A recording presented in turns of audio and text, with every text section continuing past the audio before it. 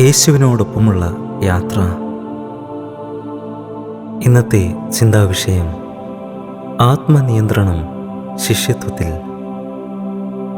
ധ്യാനത്തിനായുള്ള തിരുവചനം എബ്രായർക്കെഴുതിയ ലേഖനം 12-ാം അധ്യായം 11-ാം വാക്യം. ഏതു ശിക്ഷയും തൽക്കാലം സന്തോഷകരമല്ല, ദുഃഖകരമത്രേ എന്ന് തോന്നും. പിന്നത്തേതിലോ അതിനാൽ അഭ്യാസം വന്നവർക്ക് നീതി എന്ന സമാധാനഫലം ലഭിക്കും.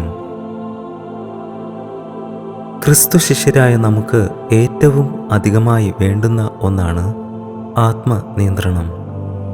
സ്വയത്തെ നിയന്ത്രിച്ച് ക്രിസ്തുവിൻ്റെ ഇഷ്ടം നിറവേറ്റുന്ന ചിട്ടയോടെയുള്ള ജീവിതമാണ് ആത്മനിയന്ത്രണം. ആത്മനിയന്ത്രണമുള്ള ഒരു ക്രിസ്തു ശിഷ്യന് പരീക്ഷകളെയും മോഹങ്ങളെയും ജയിക്കാനും കർത്താവിൻ്റെ നാമത്തിന് മഹത്വവും ബഹുമാനവും കൊണ്ടുവരുന്ന ജീവിതം നയിക്കുവാനും കഴിയുന്നു.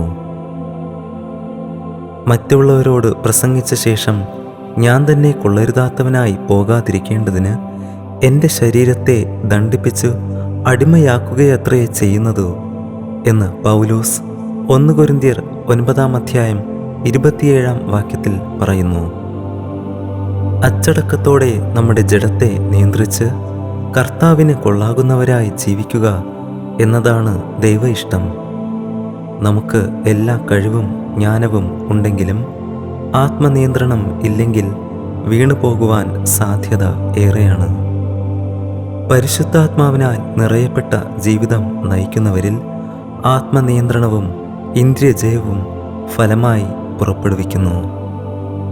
ഞാൻ നല്ല പോർ പൊരുതു, ഓട്ടം തികച്ചു, വിശ്വാസം കാത്തു എന്ന സാക്ഷ്യത്തോടെ ഓരോ ദിനവും ജീവിക്കുവാൻ നമുക്ക് സാധിക്കണം. സദൃശവാക്യങ്ങൾ 25-ാം അധ്യായം 28-ാം വാക്യം നമ്മെ ഇങ്ങനെ ഓർമ്മിപ്പിക്കുന്നു.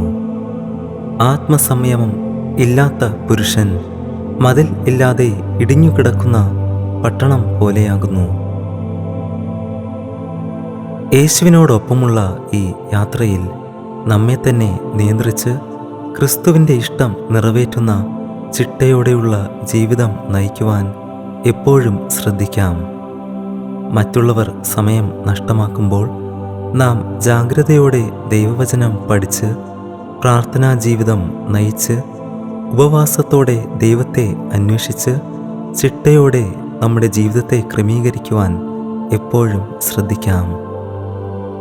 എല്ലാ മടിയും ഉപേക്ഷിച്ച് യേശുവിനോടൊപ്പം വളരുവാൻ, സ്വർഗരാജ്യത്തിന് യോഗ്യമായ ജീവിതം നയിക്കുവാൻ ദൈവം നമ്മെ ഓരോരുത്തരെയും സഹായിക്കട്ടെ. നമുക്ക് പ്രാർത്ഥിക്കാം. പരിശുദ്ധനായ ദൈവമേ, ഈ പുതിയ ദിവസത്തിനായി ഞങ്ങൾ അങ്ങേക്ക് സ്തുതിയും സ്തോത്രവും അർപ്പിക്കുന്നു. കർത്താവേ, ആത്മനിയന്ത്രണവും അച്ചടക്കവുമുള്ള വിശുദ്ധിയുള്ള ജീവിതം നയിക്കുവാൻ ഞങ്ങളെ ഓരോരുത്തരെയും സഹായിക്കണമേ. സ്വയത്തെ വെടിഞ്ഞ് അങ്ങയുടെ ഇഷ്ടം നിറവേറ്റുവാൻ ഞങ്ങളെ സഹായിക്കണമേ. കർത്താവായ യേശുവിൻ്റെ നാമത്തിൽ തന്നെ ആമേൻ. ദൈവം നമ്മെ അനുഗ്രഹിക്കട്ടെ. God bless you.